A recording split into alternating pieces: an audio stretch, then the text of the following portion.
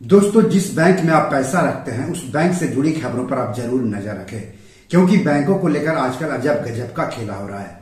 कभी भी किसी बैंक का लाइसेंस रद्द कर दिया जा रहा है, कभी किसी बैंक पर प्रतिबंध लगाया जा रहा है। तो अगर आपका बैंक खाता कर्नाटक के मस्की स्थित श्री मल्लिकार्जुन पट्टन सहकारी बैंक नियमितता में है तो आपके लिए बुरी खबर है। यह खबर क्या है और आप जैसे इस बैंक के ग्राहकों पर इसका क्या असर होगा, यही सब हम आपको इस एपिसोड में आगे बताएंगे। लेकिन अगर आप इस चैनल के लिए नए हैं तो सब्सक्राइब कर लीजिए और वीडियो को ज्यादा से ज्यादा शेयर कीजिए ताकि ज्यादा से ज्यादा लोगों तक जानकारी पहुंचे। तो चलिए आगे बढ़ते हैं। तो देश के केंद्रीय बैंक भारतीय रिजर्व बैंक यानी आरबीआई ने श्री मल्लिकार्जुन पट्टन सहकारी बैंक नियमितता का लाइसेंस रद्द कर दिया है। लाइसेंस रद्द कर दिए जाने के बाद अब बैंक ने 22 सितंबर 2023 से बैंकिंग कारोबार बंद कर दिया है, यानी बैंक के बैंकिंग कारोबार पर पूरी तरह से अब रोक लग गई है। रिजर्व बैंक ने इसकी जानकारी दी है। रिजर्व बैंक ने कहा है कि 21 सितंबर 2023 के आदेश के जरिए श्री मल्लिकार्जुन पट्टन सहकारी बैंक नियमितता का लाइसेंस रद्द किया गया है, यानी अब आप इस बैंक में न तो पैसा जमा कर पाएंगे न ही बैंक से पैसा निकाल पाएंगे अगर इस बैंक में आपका खाता है तब। आरबीआई ने साथ ही बेंगलुरु के सहकारी समितियों के रजिस्ट्रार से बैंक को बंद करके बैंक के लिए एक परिसमापक नियुक्त करने का आदेश भी जारी करने का अनुरोध किया है।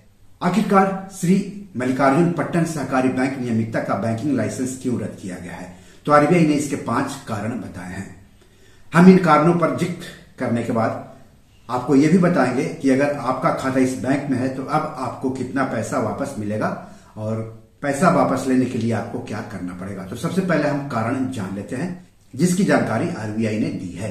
तो पहला कारण, बैंक के पास पर्याप्त पूंजी और आय की संभावना नहीं है। दूसरा, बैंक कई बैंककारी विनियमन अधिनियम के मौजूदा प्रावधानों का पालन करने में नाकाम रहा है।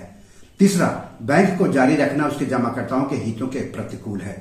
चौथा, बैंक अपनी मौजूदा वित्तीय स्थिति के कारण अपने मौजूदा जमाकर्ताओं का पूर्ण भुगतान करने में असमर्थ होगा। और पांचवा, यदि बैंक को आगे अपने बैंकिंग कारोबार को जारी रखने की अनुमति दी जाती है तो सार्वजनिक हित पर खराब प्रभाव पड़ेगा। तो ये वो 5 कारण है जिसकी वजह से आरबीआई ने श्री मल्लिकार्जुन पट्टन सहकारी बैंक नियमितता का बैंकिंग लाइसेंस रद्द कर दिया है।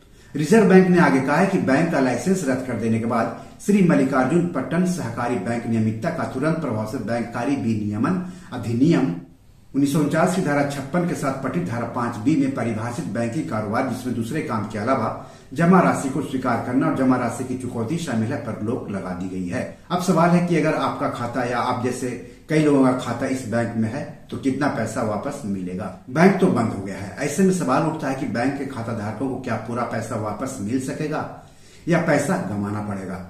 तो इसके जवाब में आरबीआई का कहना है कि लाइसेंस रद्द करने और परिसमापन यानी लिक्विडेशन कार्यवाही शुरू करने के साथ डीआईसीजीसी अधिनियम 1961 के अनुसार श्री मल्लिकार्जुन पट्टन सहकारी बैंक नियमितता के जमाकर्ताओं के भुगतान की प्रक्रिया शुरू की जाएगी। यानी बैंक के जमाकर्ताओं को अपनी जमा राशि के पूरे पैसे बैंक से नहीं बल्कि निक्षेप बीमा और प्रत्यय गारंटी निगम से मिलेंगे।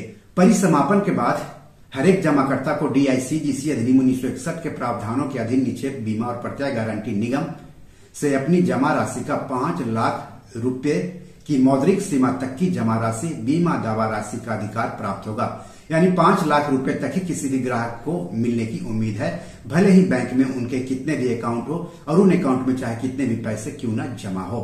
कहने का मतलब है कि अगर बैंक में किसी का 10 लाख रुपए जमा है तो उससे केवल 5 लाख रुपए ही मिलेंगे, बाकी के 5 लाख रुपए भूलना होगा। अगर किसी व्यक्ति का 6 लाख जमा है तो उसे 1 लाख रुपए भूलना होगा। अगर 7 लाख रुपए जमा है तो उसे बाकी के 2 लाख रुपए भूलना होगा। आरबीआई ने आगे कहा है कि डीआईसीजीसी ने बैंक के जमाकर्ताओं से प्राप्त सहमति के आधार पर डीआईसीजीसी अधिनियम 1961 की धारा 18A के प्रावधानों के तहत 31 मई 2023 तक कुल बीमाकृत जमा के 5 करोड़ 38 लाख रुपए का भुगतान कर दिया गया है। आरबीआई का कहना है कि बैंक द्वारा दिए गए डेटा के अनुसार 99.50% जमाकर्ता डीआईसीजीसी से अपनी पूरी जमा राशि प्राप्त करने के हकदार हैं, यानी करीब 0.50% जमाकर्ता अपने पूरे पैसे पाने में नाकाम रहेंगे। दोस्तों, सवाल यहीं पर उठता है। सवाल है कि बैंक के बाकी 0.50% जमाकर्ताओं को उनका पूरा पैसा क्यों नहीं वापस मिलना चाहिए? क्या उन्होंने बैंक में पैसा रखकर कोई गुनाह किया था या फिर किसी भी बैंक में पैसा रखना ही गुनाह है? क्योंकि सजा तो गुनहगारों को दी जाती है, जुर्माना गलत काम करने पर लगाया जाता है, लेकिन बैंक के जिन 0.50% लोगों को उनका पूरा पैसा वापस नहीं दिया जा रहा है, वो तो बेकसूर हैं, बेगुनाह हैं। उनको किस काम की सजा दी जा रही है? मेरे हिसाब से आरबीआई को बाकी के करीब 0.50% जमाकर्ताओं का भी ख्याल रखना चाहिए। उनका भी पूरा पैसा उनको वापस मिलने चाहिए। आरबीआई, केंद्र सरकार, राज्य सरकार को इस बारे में गंभीरता से सोचना होगा। बैंक ग्राहकों को भी एक प्लेटफॉर्म पर आकर सरकार से इसकी मांग करनी होगी। सरकार और आरबीआई को बैंक के लाइसेंस रद्द होने या डूबने की स्थिति में सभी बैंक ग्राहकों के पूरे पैसे वापस दिलाने के लिए कानून बनाना चाहिए। ये कैसा कानून है जिसमें दोषियों और जिम्मेदार लोगों के खिलाफ सख्त कार्रवाई के बजाय उन लोगों के खिलाफ कार्रवाई की जा रही है जिन लोगों ने अपनी मेहनत से कमाए पैसों में से पाई जमा करके बैंक पर भरोसा करके उसमें पैसे जमा किए थे। हाल के दिनों में बहुत सारे कोऑपरेटिव बैंक के लाइसेंस पहले भी रद्द किए गए हैं, तो कुछ बैंक के नाम आप भी जान लीजिए। उत्तर प्रदेश की बिजनौर के नगीना स्थित यूनाइटेड इंडिया कोऑपरेटिव बैंक का लाइसेंस रद्द किया गया है। कर्नाटक के श्री शारदा महिला कोऑपरेटिव बैंक का लाइसेंस रद्द किया गया है। महाराष्ट्र के सतारा के वाई के हरिहरेश्वर सहकारी बैंक का लाइसेंस रद्द किया गया है। बेंगलुरु के सुश्रुति सौहार्द सहकारा बैंक नियमितता का लाइसेंस रद्द किया गया है। महाराष्ट्र के बुल्ढाना के the Malkapur urban cooperative bank का बैंकिंग लाइसेंस रद्द किया गया है। मध्य प्रदेश के गुना के गढ़ा कोऑपरेटिव बैंक का लाइसेंस रद्द किया गया है। महाराष्ट्र के सोलापुर स्थित दिलक्ष्मी कोऑपरेटिव बैंक का लाइसेंस रद्द किया गया है। कर्नाटक के विजयपुर स्थित डेक्कन अर्बन कोऑपरेटिव बैंक का लाइसेंस रद्द किया गया है। महाराष्ट्र के पुणे स्थित रूपी कोऑपरेटिव बैंक का लाइसेंस रद्द किया गया है। महाराष्ट्र के पुणे जिला के चिंचवड़ स्थित श्री आनंद कोऑपरेटिव बैंक का लाइसेंस रद्द किया गया है। कर्नाटक के दावणगेरे जिला स्थित मिल्लत सहकारी बैंक का लाइसेंस रद्द किया गया है। कर्नाटक के बागलकोट के दिमुधोल सहकारी बैंक का लाइसेंस रद्द किया गया है। उत्तर प्रदेश के कानपुर स्थित पीपल्स कोऑपरेटिव बैंक का लाइसेंस रद्द किया गया है। महाराष्ट्र के जालना के मंठा अर्बन कोऑपरेटिव बैंक का लाइसेंस रद्द किया गया है। महाराष्ट्र के नासिक जिला स्थित इंडिपेंडेंस कोऑपरेटिव बैंक का लाइसेंस रद्द किया गया है। महाराष्ट्र के रायगढ़ जिले के पनवेल स्थित करनाला नागरिक सहकारी बैंक का लाइसेंस रद्द किया गया है। गोवा के मड़गांव स्थित मड़गांव अर्बन कोऑपरेटिव बैंक का लाइसेंस रद्द किया गया है। महाराष्ट्र के लातूर स्थित doctor Shivajirao Patil Nilangekar urban cooperative bank का लाइसेंस रद्द किया गया है।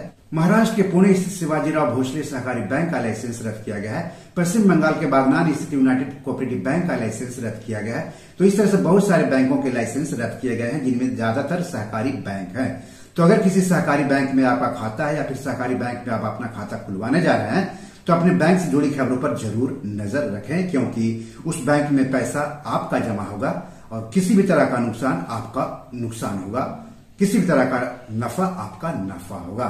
बी और मनी मैनेजर में आज इतना ही। धन्यवाद, नमस्कार।